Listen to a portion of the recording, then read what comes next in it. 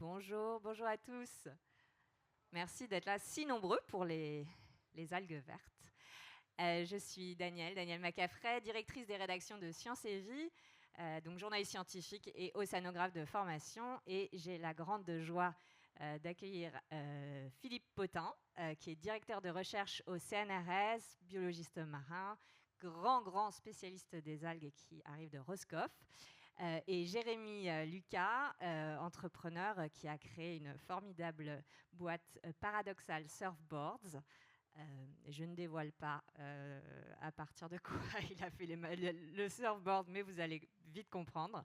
Tout de suite, on va rentrer dans le vif du sujet. Jérémy, tu peux nous raconter le déclic que tu as eu il y a quelques années. C'est ouvert. Eh bien, bonjour à tous et puis merci d'être présent aujourd'hui. Donc moi je m'appelle Jérémy Lucas, je suis le fondateur de Paradoxal Surfboards, qui est une marque de planches de surf relativement innovante, pour ne pas dire complètement disruptive dans l'industrie de ce sport, puisqu'elle propose de revaloriser de l'algue d'échouage pour en faire un substitut des matériaux pétrocomposés, donc faits à partir de pétrole, que vous retrouvez aujourd'hui dans la quasi-totalité des planches de surf à travers le monde sur le marché. C'est-à-dire que si vous allez chez Decathlon ou dans un surf shop ou chez votre shaper, votre artisan de planches de surf favori, tout est fait à base de pétrole, polystyrène ou polyuréthane. Donc pour recontextualiser un petit peu cette innovation, il faut revenir en 2020 à Douarnenez, ville dont je suis originaire, dans la pointe Finistère, vraiment tout à l'ouest de la Bretagne. Petite ville vraiment ancrée sur l'océan. Et à l'époque, je co-dirige un petit bureau d'études en conception mécanique dans lequel je fais principalement deux choses: du design industriel pour des chaudronneries, métalleries et tôleries dans le Finistère. Et puis aussi, je disposais d'une petite imprimante 3D, pas très grande. Et pour ça, en fait, on avait beaucoup de clients à l'époque avec mon associé. On faisait toutes sortes de choses, des objets d'art déco design, des pièces de remplacement qu'on ne trouve plus sur le marché, des instruments de musique, des pièces pour des voitures de collection, de bateaux. On a même fait une fois une pièce pour un avion. C'est pour vous dire à quel point on était vraiment multi-projets, plein de clients, mais c'est une activité relativement chronophage, une techno relativement chronophage. L'impression 3D, ça prend du temps. Et puis le sur-mesure, pareil, c'est quelque chose qui est relativement chronophage. Et cette part de l'activité-là n'était pas du tout rentable en fin de compte. Donc à l'époque, en 2020, je me posais la question de pourquoi pas un jour me focus sur un objet à plus forte valeur ajoutée, dont on aurait déjà maîtrisé la conception en amont, si vous voulez, et vendre un objet tel quel, plutôt que de faire du sur-mesure. Et puis, dans le même temps, une cliente qui nous questionne sur le choix et la qualité des matériaux qu'on utilisait à travers nos impressions 3D. On en avait on en avait deux principaux: de l'acrylonitrile-butadiène styrène, donc le diminutif ABS, c'est le plastique qui a pétro-sourcé, fait à base de pétrole qu'il y a dans vos cartes bancaires, dans le plastique noir qu'il y a à l'intérieur des habitacles des voitures, par exemple, ou le plastique des petits Lego, pétro-sourcé mais très résistant mécaniquement, donc il peut avoir des intérêts pour des objets d'ordre mécanique. Et puis on avait un plastique bio. Et c'est là la question, le bio, qu'est-ce que le bio ? Et donc ce plastique bio, c'était fait à partir d'amidon de maïs. Donc dans la communauté des makers, c'est ce qu'on appelle le PLA, polylactic acid, donc acide polylactique d'amidon d'algues, d'amidon de maïs. Mais voilà, il faut le savoir, cette chose-là, cette cliente nous a était mieux renseigné que nous à l'époque sur ce matériau-là. Il nous disait, ouais, mais les gars, votre matériau bio, là, le PLA d'amidon de maïs, c'est en provenance des États-Unis, qui est le producteur, mais très majoritaire dans le monde, donc avec un bilan carbone déjà pas terrible. Puis le maïs, il faut le savoir, très gourmand en eau aussi. Et puis là-bas, on détruit des zones de biodiversité énormes, et c'est avec des fongicides, pesticides, herbicides. Je vous passe le fait que le maïs est également OGM. Bref, plastique bio, mais loin d'être écolo. Donc tout ça nous fait un peu gamberger, nous fait poser la question, waouh, ok, on utilise un matériau qu'on pensait bio et éco-responsable, en fait pas du tout. Donc pourquoi pas un jour, en plus de l'objet à forte valeur ajoutée, la première idée, de faire notre propre matériau à échelle locale en Bretagne. Et puis, quelques semaines après, en fait, je pars surfer. Donc moi, ça fait 15 ans que je surfe. Et puis, à l'époque, je pars surfer à la plage du Ry à Douarnenez, qui est une plage connue principalement pour deux raisons. C'est que c'est une plage magnifique, c'est un spot de surf aussi avec une belle vue sur le fond de baie. Et elle est également connue pour sa prolifération d'algues vertes massives chaque année, hein. On y ramasse en moyenne pas loin de 2 millions de kilos, rien que sur cette plage, hein. Donc c'est un phénomène assez problématique et donc on interdit cette plage à la baignade le temps de ramasser ces algues-là et puis pour risque potentiel pour la santé aussi avec le sulfure d'hydrogène, j'y reviendrai par la suite. Et bref, et le jour où cette plage-là était interdite à la baignade et qu'il y avait de belles conditions, je pars surfer dans les algues. Ça veut dire que vous ramez au milieu des algues, vous en avez partout le visage, les cheveux, quand vous sortez de la session, plein la combinaison, bref. Et je sors de là et je me dis, oh là là, depuis le temps que je connais ces algues-là, ce phénomène-là, mes parents connaissent ça, mes grands-parents connaissaient ça. En fait, on connaît ça depuis le lendemain de la Seconde Guerre mondiale, hein, où on a demandé à la Bretagne de venir quelque part renourrir, entre guillemets, la France, et on rentrait dans un schéma agricole méga productiviste, et on a gardé ça hein, aujourd'hui hein, de génération en génération. Je me dis, qu'est-ce qu'on pourrait en faire de ces algues? Et c'est là que le déclic apparaît. Je me dis, mais ouais, ces algues-là, je vais m'en servir pour faire un matériau à échelle locale, donc en impression 3D, donc faire vraiment localement et revaloriser un déchet. Donc un déchet, hein, enfin, ma définition du déchet, c'est une denrée, une matière qui a quelque part une valeur commerciale négative. Ça veut dire que c'est non désirable, le contribuable, les collectivités, même les entreprises quelque part, hein, payent pour qu'on les revalorise d'une certaine manière. Me servir de ça pour en faire un matériau à échelle locale. Et pour en faire quoi? Un objet à forte valeur ajoutée, un surf. Et pourquoi? C'est toujours la question du pourquoi. Et ben pour venir remplacer le pétrole que l'on retrouve à l'intérieur des planches de surf. Et alors de là, l'histoire démarre. N'étant ni ingénieur ni chimiste de formation, il faut que je m'adresse à différents centres techniques, centres de recherche.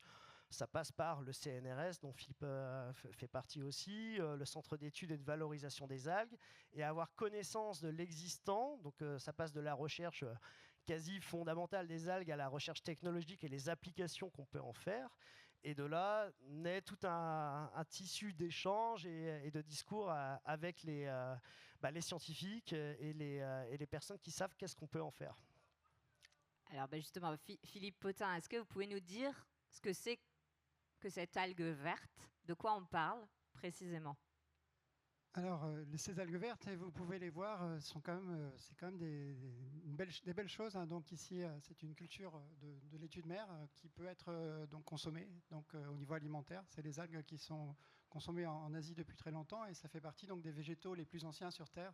Donc il y a plus d'1,5 milliard d'années que sont apparues les premières algues vertes microscopiques au départ, qui ont pu donner après des algues vertes avec ce grand nombre de cellules qu'on voit là. Donc vous pourrez même toucher les algues vertes parce que contrairement effectivement à tout ce qui a été véhiculé, les algues vertes ne sont pas dangereuses en soi, elles sont dangereuses effectivement quand les marées vertes commencent à s'accumuler et lorsque les algues commencent à se décomposer sous l'effet effectivement de bactéries qui vont se développer en absence d'oxygène et utiliser le soufre qui est très abondant dans ces algues pour produire en fait de l'hydrogène sulfuré. Donc c'est quelque chose qu'on connaît bien, ce qui a été popularisé effectivement récemment à la fois par la bande dessinée d'Inès Leroux et par le film Algues vertes, donc qui a raconté aussi autour de cette question-là, on a eu comme un silence en fait d'État parce que en fait, ce qui est gênant, c'est que les causes qui ont amené à la prolifération de ces algues vertes, c'est les excès en fait de l'agriculture, comme le soulignait Jérémy tout à l'heure. Donc les fuites d'azote à partir des engrais donc minéraux qu'on a utilisés massivement effectivement à partir de la Seconde Guerre mondiale, mais surtout après la Révolution verte dans les années 60. Mais aussi toutes les déjections animales qu'on a produit avec le développement de l'élevage intensif, en particulier en Bretagne, du porc, où pour effectivement se débarrasser des quantités de lisier qui étaient produits, on a pensé que c'était une bonne chose de les épandre sur les terrains comme source d'azote, mais on en avait tellement qu'on a apporté des excès en fait de tout cet azote. Ça a été très très bien décrit par les chercheurs de l'Ifremer qui ont travaillé dessus, donc aussi les collègues du centre technique qui a été mentionné tout à l'heure du CEVA. Cet azote, il s'est retrouvé dans les nappes phréatiques, il se retrouve très rapidement aussi dans les rivières et bien sûr très rapidement en mer, où ces algues opportunistes qui ont des cycles de vie très rapides, en fait, en 4 semaines, cette algue, elle peut donc à la fois faire beaucoup de croissance, mais aussi donc faire des cellules reproductrices et en libérer des milliards de cellules en fait, qui vont redonner des petites feuilles comme vous avez dans ce flacon. Donc en fait, cette capacité à boucler son cycle en fait une algue très opportuniste qui, lorsqu'elle a toutes les conditions pour se développer, en particulier bien sûr ses sources d'azote et de phosphore qui vont venir de terres agricoles via les rivières, mais aussi bien sûr des conditions en mer idéales dans certaines baies, en particulier dans les baies sableuses comme la baie de Douarnenez que mentionnait Jérémy, ou la baie de Saint-Brieuc ou la baie de Plestin-les-Grèves par exemple. Donc c'est vraiment des incubateurs pour faire se développer des quantités énormes de ces algues-là. Donc en fait, la prolifération de ces algues-là, c'est une réponse de l'environnement à des excès. En fait, ces algues, elles étaient déjà présentes, hein, donc elles ne sont pas venues de l'étranger. Aujourd'hui, on commence à percevoir qu'en fait, il y a une grande diversité en fait, dans ces algues qui se ressemblent toutes. En Bretagne, il y en a, rien que sous cette forme de laitue de mer, il y a plus de 6 espèces différentes. Et il y en a seulement 2 qu'on retrouve majoritairement dans les proliférations, que ce soit à Douarnenez ou dans le nord de la Bretagne, mais aussi maintenant dans un nombre aussi croissant de baies. Donc ces algues vraiment ont la capacité de se développer. Elles vont même concurrencer effectivement des espèces qui auront des cycles beaucoup plus lents, en fait, en particulier beaucoup d'algues brunes qui se développent sur les côtes bretonnes, ont des cycles au moins une croissance annuelle, voire pluriannuelle pour les plus grandes d'entre elles, comme les laminaires. Donc ces algues profitent de ces conditions pour se développer, mais quelque part c'est peut-être un moindre mal par rapport à d'autres algues microscopiques qui se développent aussi souvent dans des conditions assez identiques d'excès en fait, de nutriments dans les eaux. Je veux parler des microalgues toxiques, donc qui font souvent aussi l'objet de l'actualité parce qu'on va les retrouver souvent s'accumulant dans les coquillages. Il y a eu encore toute une fermeture dans toute la Bretagne donc récemment lors des dernières grands marées par la prolifération d'une algue qui produit des toxines amnésiantes, donc vraiment très dangereuses au niveau neurotoxique. Et donc ces algues, quelque part, elles sont une réponse dans l'environnement. Donc comment faire effectivement pour enrayer ce phénomène?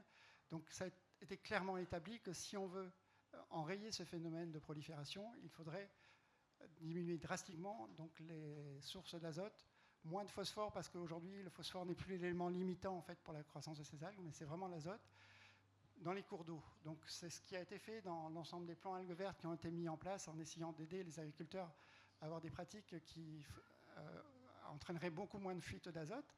Donc on a eu des progrès, on a diminué en moyenne en Bretagne donc les teneurs dans les cours d'eau au moins de 10 mg par litre, mais on est encore très très haut, on est entre 40 et 50 mg suivant les cours d'eau. Il y en a qui sont beaucoup plus concentrés en fait, notamment en nitrate, et causant plein de problèmes d'ailleurs pour la consommation aussi d'eau potable. Et donc il faut vraiment agir sur ces bassins versants, c'est ce qui a commencé à être fait, mais il va, selon les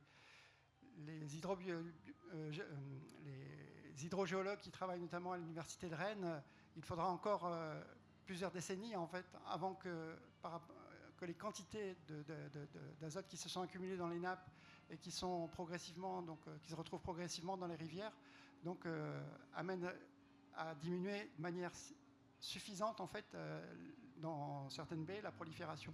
C'est le cas pour la baie de Douarnenez, c'est le cas pour la baie de Plestin. C'est pas des cours d'eau énormes, donc c'est pas des quantités si énormes d'azote qui arrivent, mais elles sont suffisantes effectivement pour faire ces tonnes d'algues. Donc ça c'est clairement établi, on le sait depuis plus de 25 ans, et même s'il y a eu des lobbies qui ont essayé de remettre tout ça en cause, c'est scientifiquement établi et on sait comment agir.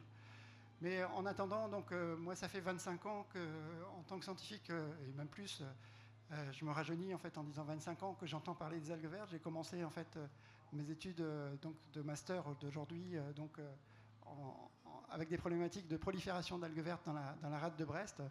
Donc je connais le phénomène depuis très très longtemps et je côtoyais bien sûr les scientifiques du CEVA qui essayer de chercher des valorisations de ces algues, ou en tout cas comment gérer le phénomène de prolifération pour éviter que ces algues ne viennent à se décomposer sur les plages et à causer tous les problèmes sanitaires qu'on connaît très bien aujourd'hui avec les morts d'animaux, mais aussi d'humains qui ont été liés en fait à ce phénomène.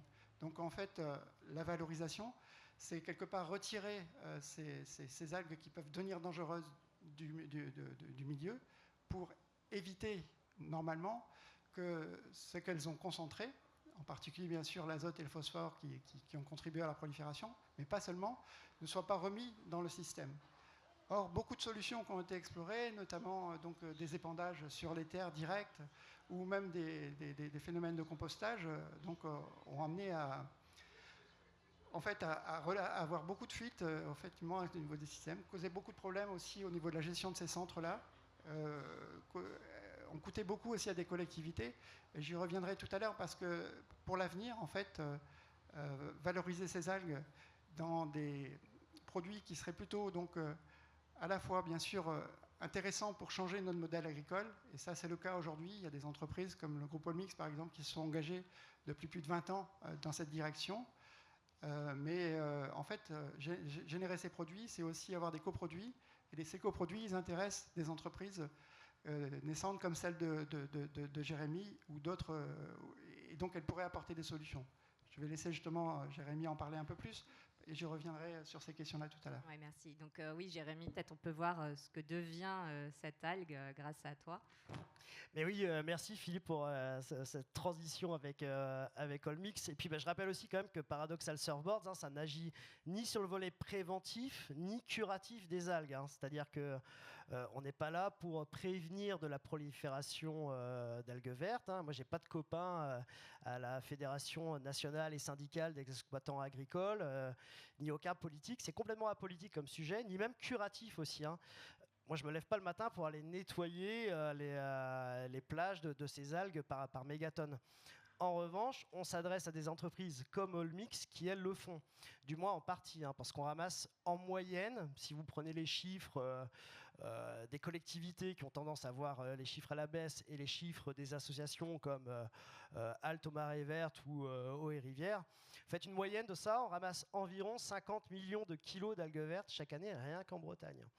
C'est juste énorme. Moi, il ne me faut même pas 1 kilo d'algues vertes brutes, c'est-à-dire chargées en eau de mer, éventuellement un petit peu en sable et en coquillage pour faire une planche. Vous imaginez le potentiel derrière. En revanche, je vais m'adresser à des entreprises comme Olmix notamment. Donc Olmix, c'est ça. Olmix, eux, ils ramassent à coups de bulldozer ces algues vertes là tôt le matin avant que les gens soient réveillés pour en faire en fait de la farine animale.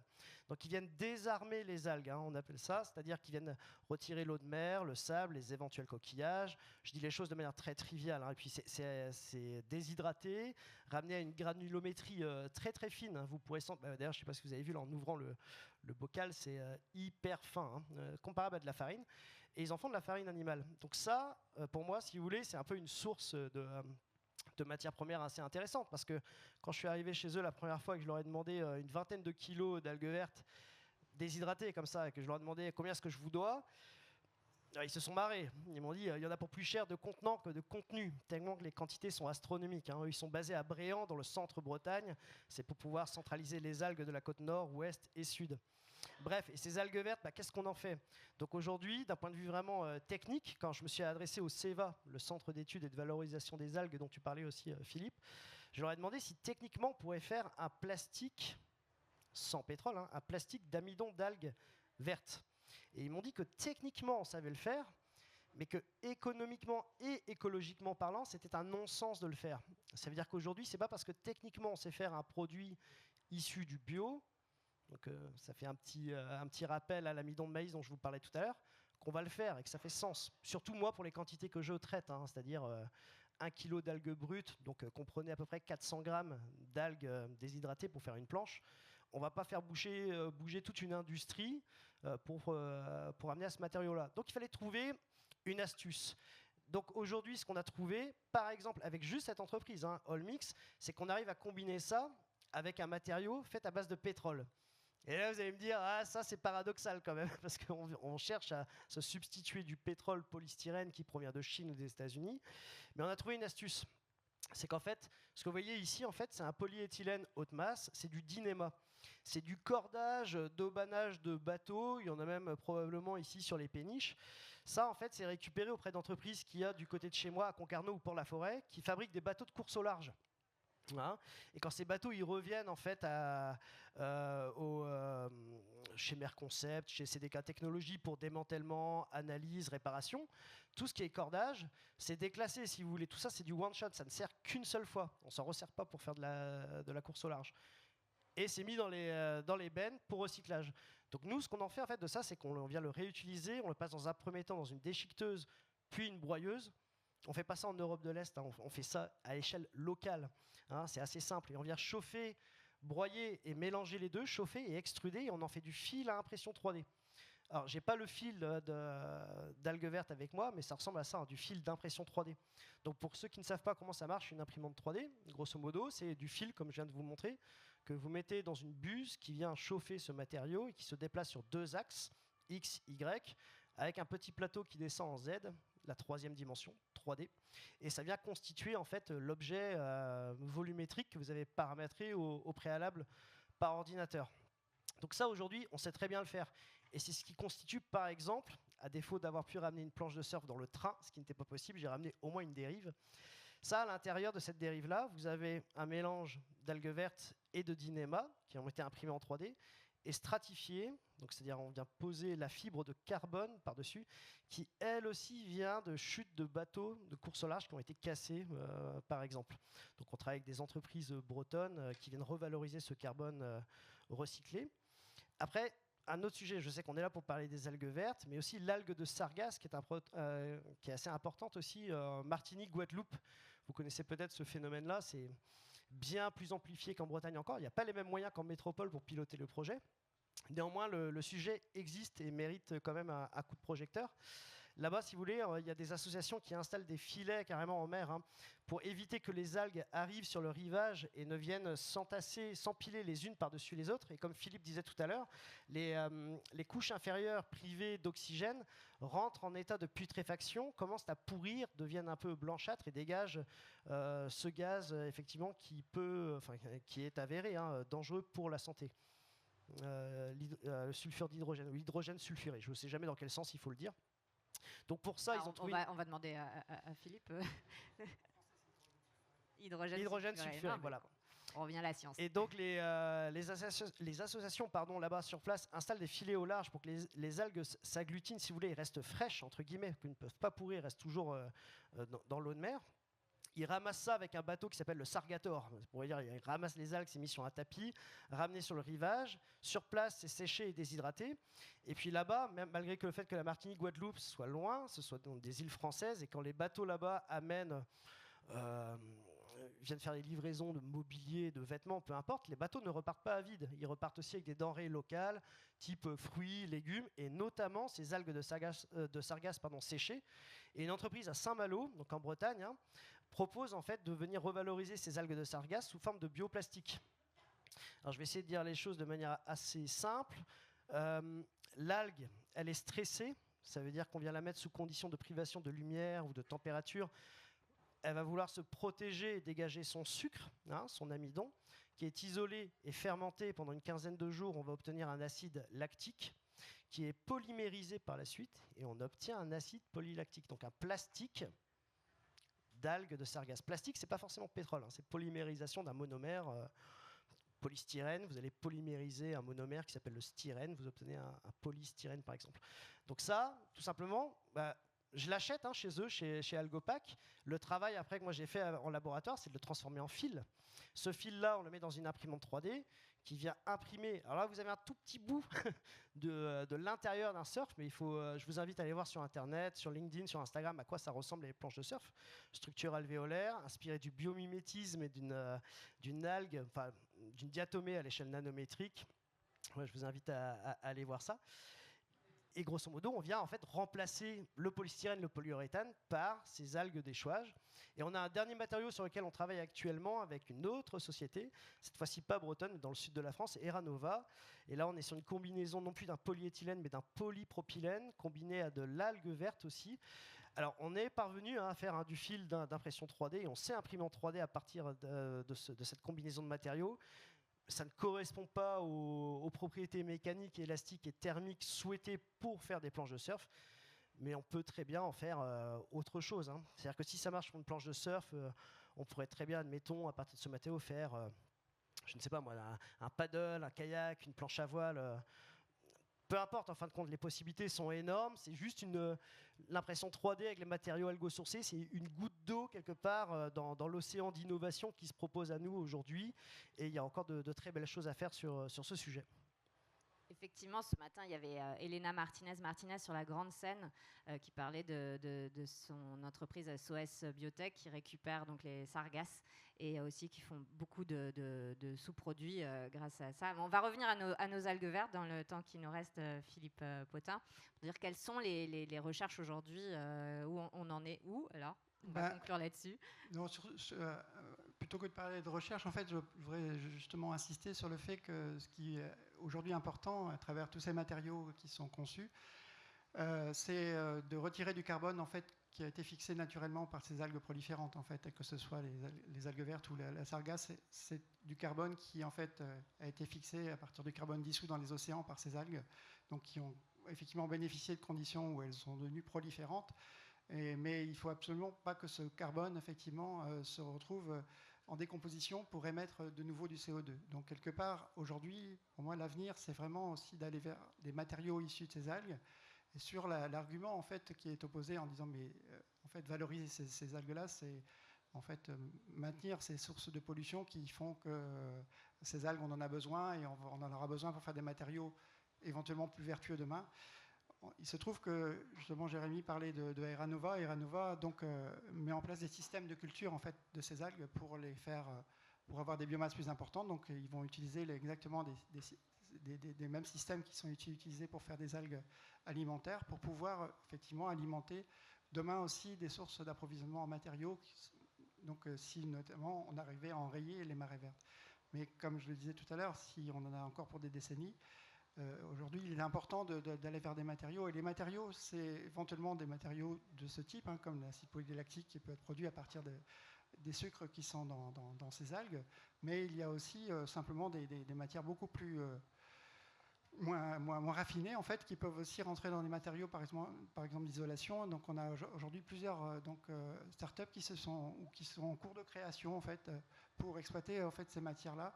Toujours dans l'objectif, effectivement, de capter ce carbone, en fait, et d'aller vers des solutions plus décarbonées pour donc des applications qu'on a aujourd'hui essentiellement avec des matériaux pré-sourcés ou des matériaux qu'on produit avec des quantités d'énergie considérables issues de composés fossiles.